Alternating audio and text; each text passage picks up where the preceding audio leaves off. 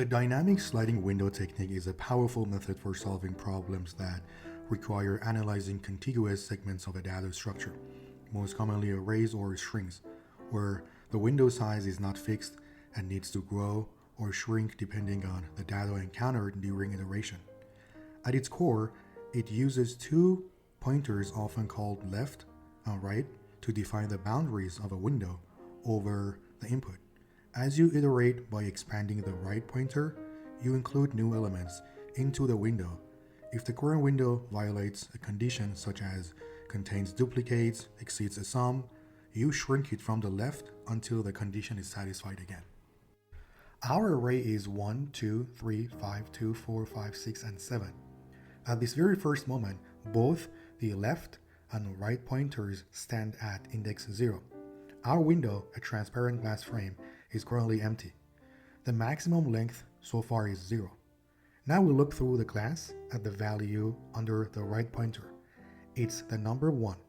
We ask ourselves, is this value already inside the window? No, the window is empty.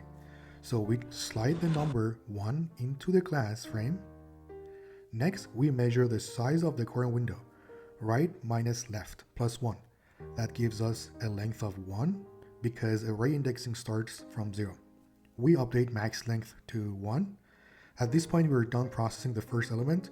We now move the right pointer forward from index 0 to index 1, getting ready to examine the next value. The right pointer now stands at index 1. It's pointing at the number 2. Left is still at index 0. Our window currently contains one element. Max length is still 1. We ask the same question as before. Is the number 2, the value at index 1, already inside our window? No, it is not. That means the current window is still valid. So we slide the number 2 into our transparent glass frame. Now window is 1 and 2. We now measure the size of the window, right minus left plus 1, which is 1 minus 0 plus 1 is 2. That's bigger than our previous best, so we update max length to 2. Everything is valid, nothing needs to be removed. The right pointer moves forward one step again, ready to process the next number. The right pointer now stands at index 2. It's pointing at the number 3. Our left pointer is still at index 0. The window currently holds 1 and 2. And our max length is 2. We ask, is the number 3 already inside our window? No, it is not. So the window is still valid. We slide the number 3 into our glass frame. So now window is 1, 2, 3. The window now stretches from index 0 to index 2. Its length is right minus left plus 1, which is 2 minus 0 plus 1 equals to 3. That's our new longest window so far. Max length is updated to 3. Nothing needs to be removed. All values are unique. So once again, the right pointer moves one step forward, preparing to examine the next value. The right pointer now stands at index 3. It's pointing at the number 5. Left is still at index 0. Our window currently holds 1, 2, 3. Max length is 3. We ask the familiar question, is the number 5 already inside our window? No, it is not. So the window is valid. We slide the number 5 into our glass frame, and now we have 1, 2, 3, 5 in our window. The window now stretches from index 0 to index 3. Its length is right minus left plus 1. 3 minus 0 plus 1 is 4. That's the largest window we have seen so far. We update max length to 4. Everything in the window is still unique, so we don't need to shrink. And now, the right pointer moves forward again, stepping into what comes next. The right pointer now stands at index 4. It's pointing at the number 2. Our left pointer is still at index 0. The current window holds 1, 2, 3, 5. Max length is 4. We now ask, is the number 2 already in our window? Yes, it is. That means the window has become invalid. We now have a duplicate. And here's the key behavior. We freeze the right pointer and we begin to shrink the window from the left. We start by removing the value at index 0, which is 1. Left moves to index 1, window becomes 2, 3, 5, but the duplicate 2 is still there. So we keep shrinking. Next, we remove the value at index 1, another 2.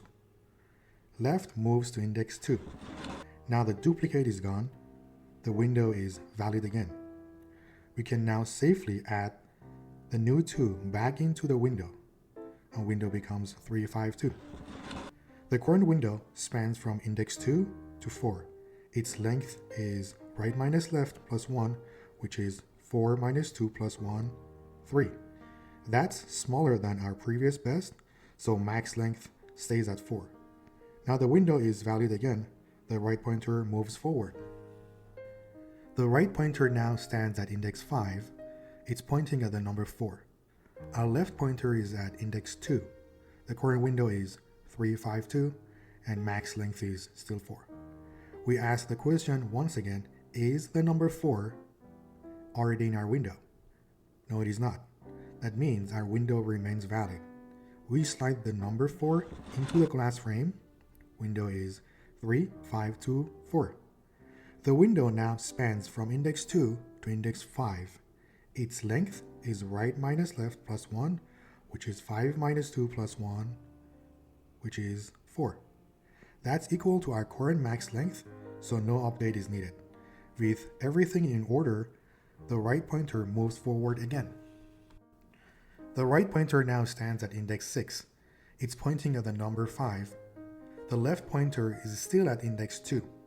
We ask our now familiar question, is the number 5 already in our window? Yes, it is. That means we have hit another duplicate and the window is now invalid. As always, we freeze the right pointer and begin shrinking the window from the left. First, we remove the value at index 2, that's 3. Left moves to index 3, and now window is 5, 2, 4. But 5 is still in the window, so we shrink again. Next, we remove the value at index 3, that's 5. Left moves to index 4, now the window is 2 and 4, and the duplicate is gone. With the conflict resolved, we can safely add the new 5 back into the window, and now the final window is 2, 4, 5. The window now spans from index 4 to index 6. Its length is 6 minus 4 plus 1, which is 3. That's smaller than our current max length, so we'll leave it untouched at 4. With the window valid again, the right pointer moves forward. The right pointer now stands at index 7. It's pointing at the number 6.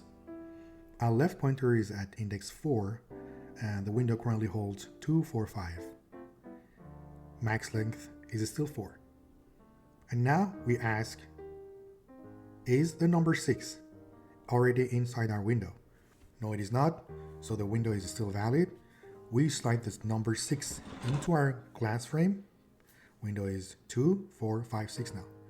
The window now spans from index 4 to index 7. Its length is 7 minus 4 plus 1, which is 4. That matches our current max length, so we'll leave it unchanged. No duplicates, no shrinking, just a clean valid expansion. The right pointer moves forward once more. The right pointer now stands at index 8. It's pointing at the number 7. Our left pointer is still at index 4. The current window holds 2, 4, 5, 6, and our max length is currently 4. We ask, is the number 7 already in the window? No, it is not. So the window is valid, and we can expand it once more. We slide the number 7 into our glass frame. The window now spans from index 4 to index 8. Its length is 8 minus 4 plus 1 equals 5. This is the longest window we have seen so far. We update max length to 5. With no conflicts and no need to shrink, the window closes here, having found the longest unique segment in the array. You have just seen the dynamic sliding window in action, not memorized it, not coded it blindly, but watched it think. You saw how the window grows, when it shrinks, and why it never scans the same element twice. When you can see the logic unfold, When every pointer movement has a reason, the algorithm becomes intuitive. You understand it, and once you understand it, writing the code becomes the easy part.